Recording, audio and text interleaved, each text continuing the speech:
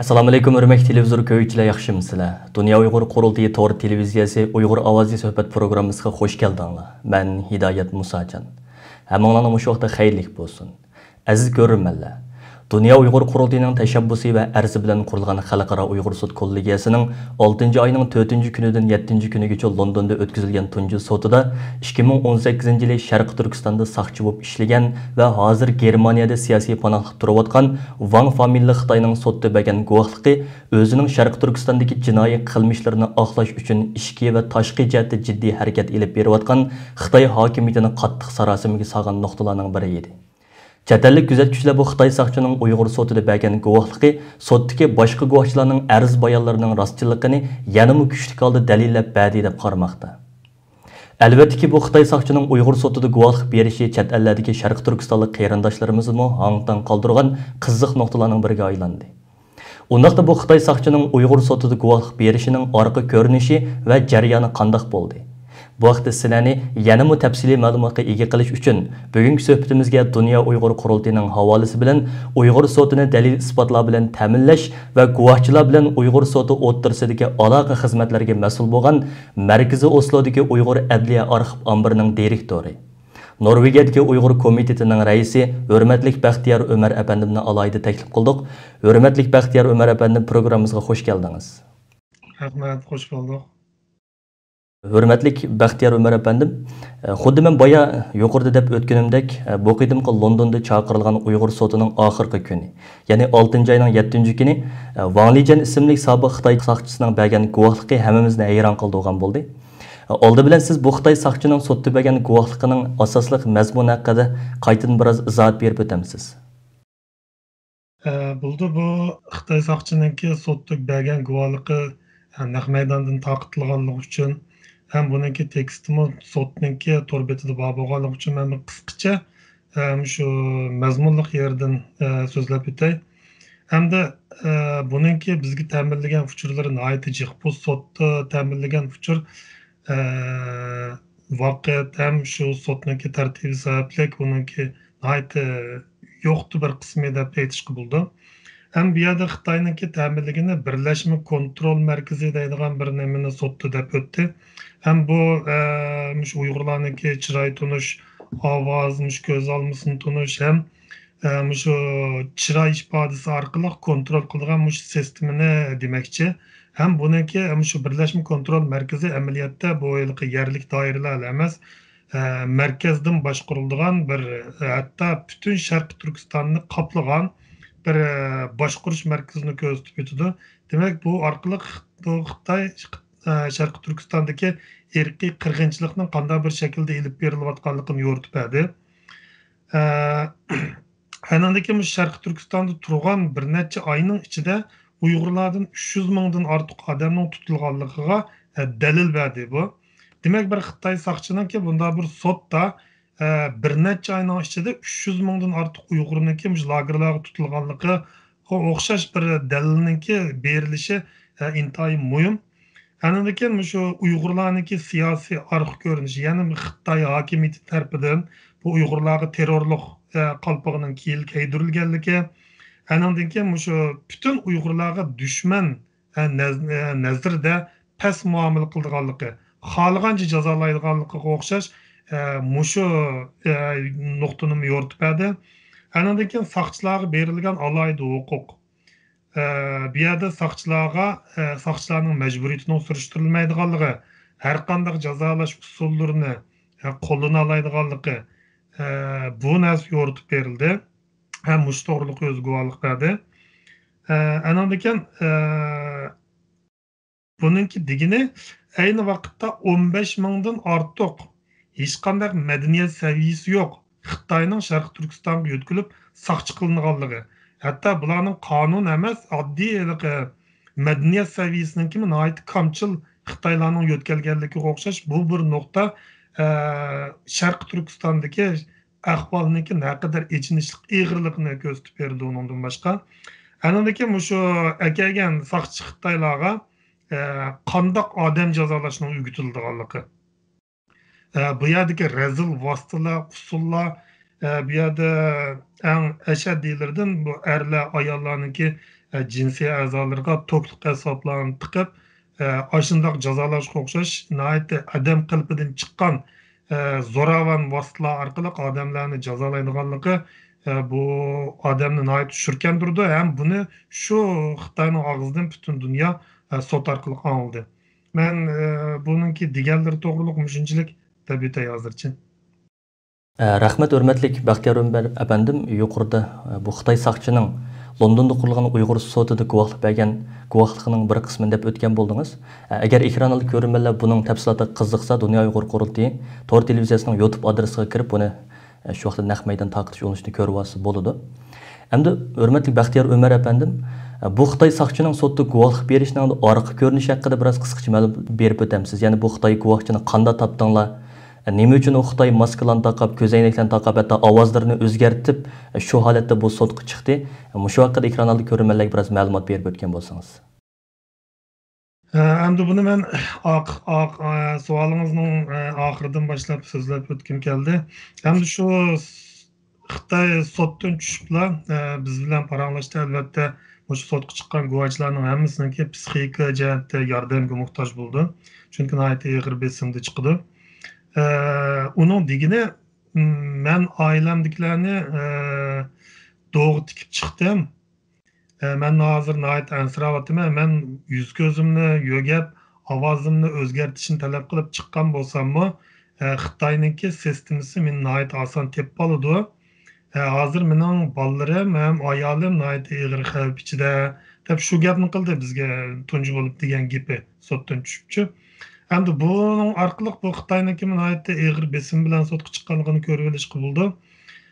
Andan keyin bu bunday aytgan chog'da nurg'un yerlarga sinab qilib o'ziningki qo'lida bor materiallar ham o'zi ta'minlamoqchi bo'lgan shu Xitoy kommunist hokimiyati to'g'riliq materiallar ham bu to'g'riliq uchurlarni bir necha yerga sinab qilib berib baqqan. Ham shu to'g'riliq uchurlarni egallab baqqan, lekin bu unumlik bir shaklda qabul qilinmaganligi uchun oxirida bu Dunyo Uyg'ur qurultayini bevosita izlagan. Hamda biz ayni vaqtda buning shu Dunyo Uyg'ur qurultayini izlashini bizda nihoyat shubha, gumonliq bir tuyg'u bergan. Bunday aytgan chog'da har qanday odam izlaydi, uning ustiga bu yerda har xil shakllarda oramizga kirish uchun qilgan ahvollarmi bo'ladi. Bu ham bo'pmi o'tgan. Şunu biz nihoyatda ehtiyot bilan bunga muomala qildik. Lekin keyin bergan materiallarninki jiqligi ham buningki so'zlab o'tgan so'zlarninki chinliqqa uyg'un ekanligi. Bunday aytgan chog'da bu bizni izdigili 2 yilga yaqin vaqt bo'ldi. Hatto biz o'tgan yil yozda buning bilan maxsus bir ko'rishish o'rinlashtirib 3 odam ko'rishgan bo'ldik.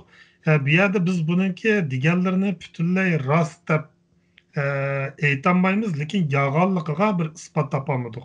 Manda deb tushundirsak bo'ldi. Hatto buniki shu doktor Xalmurat G'ofurninki nima sababdan tutilganligidek shunday ahvollarni bilishi ham uni bizga ma'lum qilishi, hatto buni shu sotning guvohligida o'tirib qo'yishi bu Xitoyni sotga ilib chiqishdagi sabablarning birisi. Rahmat hurmatli Baxtiyor Ömer efendim. Endi bu Xitoyning endi bo'libmi bir Xitoy saqchining avval sizlarga va'da berib, endi sotga chiqib guvohlik berma deb. Ham sotga chiqqandan keyin va'dasidan yenilib Xitoy hokimiyatini oqlash yoki u yerki shohidlarning guvohliklarini yolg'onga chiqarishdan andisha qildinglarmi? Yoki sotda avval bu Xitoyning imzoliq yozma guvohligini oldin olganmi? Bu vaqtda siz qanday qaraysiz?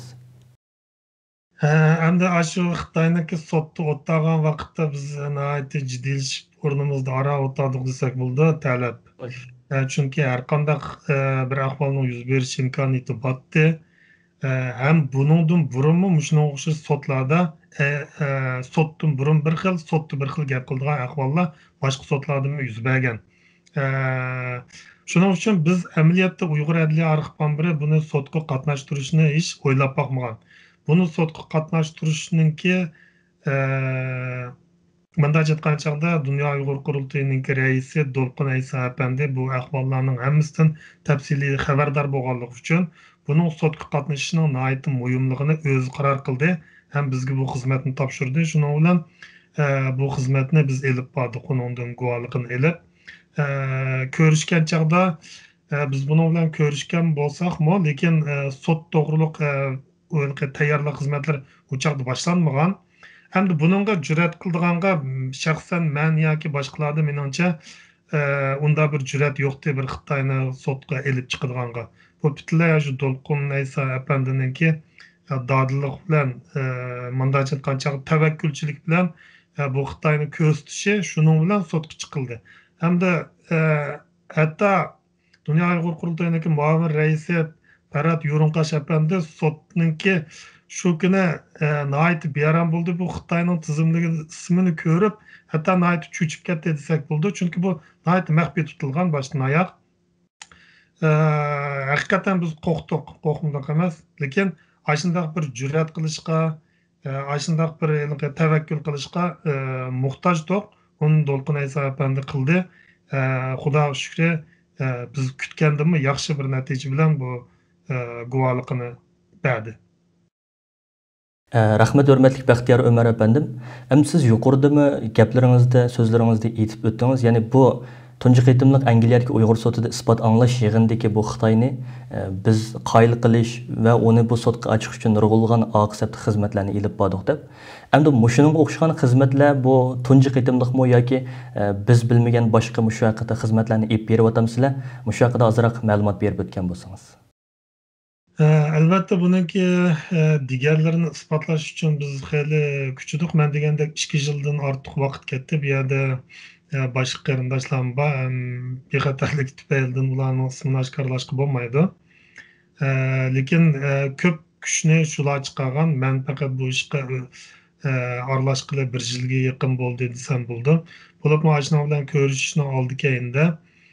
Çünkü bunun diğerleriga biz yolg'on ekanligini isbot topolmaganligimiz uchun nihoyatda uzun telefon orqali yo boshqa vositalar bilan ko'rishish, uningki qo'ldagi nurg'un materiallarni bizga ta'minlash ahvollar bo'ldi. Keyin buningki haqiqatan bizga asqatadigan yoki asqatmaydiganligini bilish uchun xudo shu CIA'ning kinolardek o'tgan yil yozda bir ko'rishish qildik biz uchimiz. Bunun da tafsilotini deb o'tirishninki menimcha ancha zaruriyati bo'lmasligi mumkin.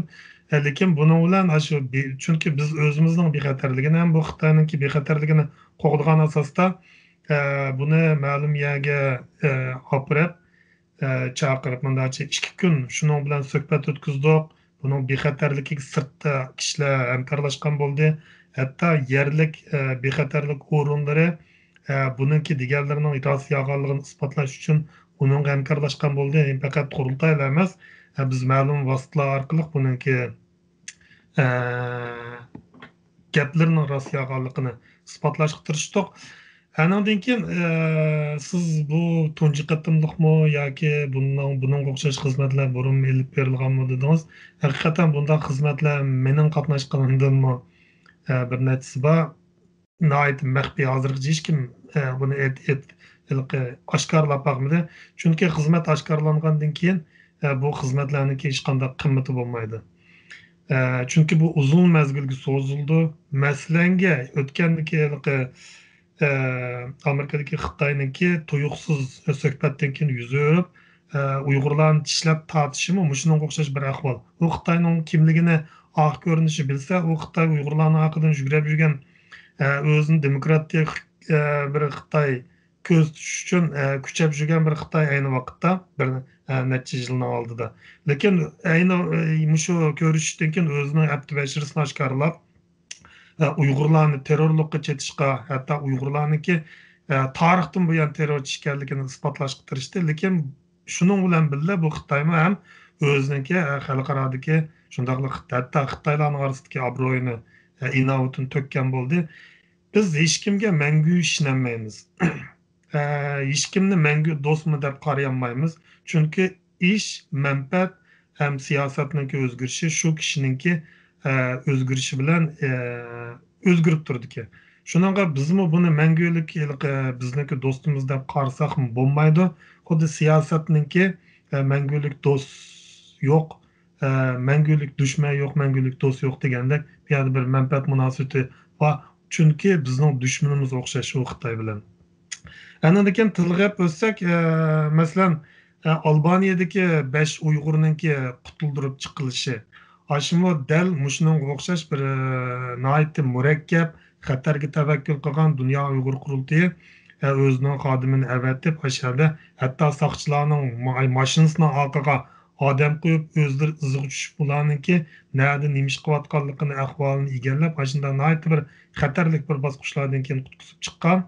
Buningdan boshqa Taylanddagi Uyg'urlarni, 10 necha Uyg'urni shu yerda qutqizib chiqish voqeasimi buni ayni vaqtda buni oshkorlaganmi bo'ldi, qandoq bir oxir ko'rinishda kimning buyrug'i bilan berib kimninki shu Taylanddagi Uyg'urlarni bexatar shaklda shu yerdan qutqizib chiqqanligi to'g'riliq. Bundaq ishlarni so'zlab kelsak jiq, lekin bexatarlik nuqtasidan ham bizning xizmat majburiyatimiz nuqtasidan oshkorlashqil bo'lmaydi. Lekin Dunyo Uyg'ur qurultiyi burundan har tarafda har xil ehtimolliklar, har xil fursatlarni ching tutib bu xizmatlarni ishlab keldi desak bo'ldi. Rahmat, hurmatli Baxtiyor Umar apandim. Sizmi deb o'tdingiz, ya'ni Xitoy guvohlik bergichi bizmi bir xil ansirash ichida o'tdik deb. Bu Xitoy o'zining guvohligini berib bo'lgandan keyin nimalarni his qildingiz? Bu hodisani hozirgacha oshkor maydonga chiqib guvohlik berishdan o'zini qochirib kelgan buning pushqoqlardagi Sharqiy Turkistonlar uchun qattiq bir ibrat va ornumus deb tushunamsiz? Oxirida mushaqqa o'zingizning ko'ngil so'zlarini ilib programmamizni oxirlashtirgan bo'lsak. Endi bu Xitoyninki mandaç aytgan chaqda bu Xitoyninki o'zimi Xitoyninki zulmga uchirgan ham adolatsizlikka uchirgan bir ziyonkashlik uchirg'uchi bu. Shu sababdan bizning qatorimizga qatilib Xitoy hokimiyati to'g'riliq guvohlik berib, Xitoyninki Uyg'urlarga nima qilganligi ham irqiy qirg'inchilikni qanday bir yo'sinda elib berayotganligi buni so'zlab o'tdi. Amaliyotda bizmi ayni vaqtda nihoyatda beram bo'ldik desak bo'ldi. Sotdan keyin albatta hammamiz xushal bo'ldik. Bizningki qilgan ayni vaqtdagi tavakkulchiligimiz to'g'ri elib berilgan, ham to'g'ri bir qaror bilan bo'lgan. Endi bu sot Xitoyning o'z degandek oilasidagilarni bunday aytgan chog'da do'g'ri tikib, chunki uning oilasidagilar yana shu Xitoyda. Buni to'nib bilish ehtimolligi nihoyatda yuqori. Shundaqdan bu maydonga tushib o'zi guvohlikdan o'tdi.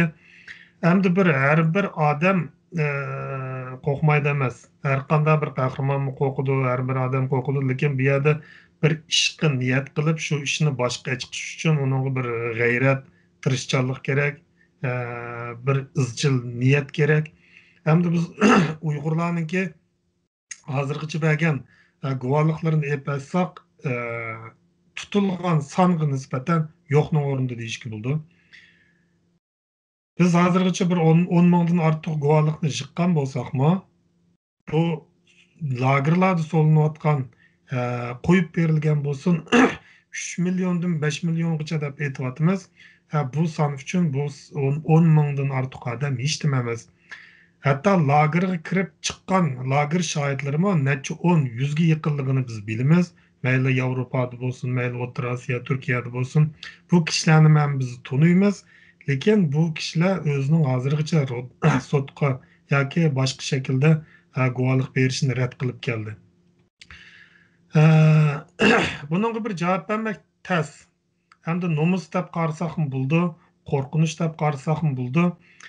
Bu kishilar hech qachon o'zini millatniki bir a'zosi yoki men mush millat uchun to'p qo'shishim kerak deb o'ylamaganligi uchun o'zidagi faqat shaxsiy ya oilaviy ko'z qarash bo'lganligi uchun bularda bir to'p qo'shish qarashim bo'lmaydi.